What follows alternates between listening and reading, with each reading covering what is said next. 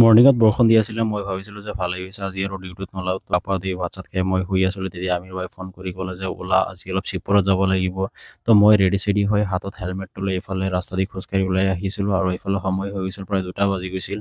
তো সি আহি গ'ল। এতিয়া কথাটো হ'ল যে কি আজি হ'ল 15 তাৰিখ আৰু যোৱা 14 তাৰিখত আমাৰ কোম্পানীৰ যিটো এফআৰ আছিলে এফআৰৰ ডেটটো গুচি গ'ল আৰু এই কাষ্টমাৰতো এফআৰ যোৱা নাছিলে আৰু এইটো কাষ্টমাৰৰ ইএমআইটো আছিলে 6,000 টকা আৰু মূল এমাউণ্টটো আছিলে 1,75,000 টকা। এইটো কাষ্টমাৰৰ যদি আমি ৰিচিপ্টটো যদি নাকাঢ়ো তেতিয়াহ'লে এইটো মাহত আমাৰ পাৰ্চেণ্টেই নিমিলে।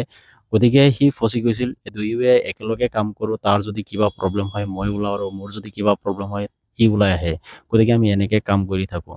এতিয়া কথাটো হ'ল যে কি যিটো কাষ্টমাৰৰ ঘৰত আমি গৈ আছোঁ সেই কাষ্টমাৰটো হ'ল থাৰ্ড পাৰ্টিৰ কাষ্টমাৰ আৰু কণ্টেক্ট হৈ আছে ফাৰ্ষ্ট পাৰ্টিজনৰ লগতে। তো আমি এনেকৈ চিধা ডাইৰেক্ট এই ফাৰ্ষ্ট পাৰ্টিজনৰ ঘৰত যাম। তাৰ পৰা আহি আমি একেলগ হৈ থাৰ্ড পাৰ্টিজনৰ ঘৰত যাম। তো আমি এনেকৈ আহি গ'লোঁ। আহি যোৱাৰ পিছত এনেকৈ আমি মাজত আৰু আহি ৰাস্তা চিনি নোপোৱাৰ কাৰণে কাষ্টমাৰটোৰ লগত আমি ফোন কৰিলোঁ।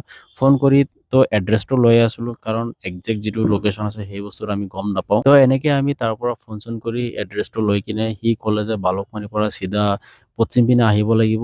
তো এনেকৈ আমি আহি গ'লোঁ। অহাৰ পিছত এইফালে আমি ফাৰ্ষ্ট পাৰ্টি যিজন কাষ্টমাৰ আছে সেই তাৰ ঘৰত আহিলোঁ।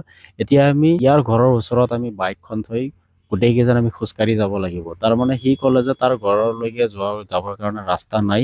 তো এইফালে আমি বাইক লৈ গোটেইকেইজনে মিলি খোজকাঢ়ি গৈ আছোঁ। তো আহি কিনে এইফালে আমি চালোঁ বাইকটো হ'ল এমটি বাইক।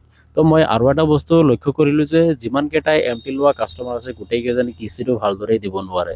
কাৰণ মাত্ৰ 40,000 পৰা 50,000 টকা ডাউন পে'মেণ্ট দি কিনে এমটি বাইকখন ওলাই লৈ আহে আৰু তাৰ পিছত কিস্তিখন হয় 6,000 পৰা 7,000 টকা। তো একচুৱেলি এনেকুৱা কৰিব নালাগে আৰু এনেকৈ আপোনালোকে চাই লওক যে আমি যে গৈ আছোঁ ডাইৰেক্ট পথাৰৰ আলিৰ মাজেৰে গৈ আছোঁ। যাবৰ কাৰণে ভালদৰে ৰাস্তাও নাই ঘৰত। এনেকৈ আমি আহিলোঁ। অহাৰ পিছত গাৰ্জেনৰ লগত কথা পতাৰ পিছত তাৰপিছত গাৰ্জেনে পইচা লৈ আহিলে। তো আজিৰ এই ইএমআইটো আমি উঠাই লৈ আহিলোঁ।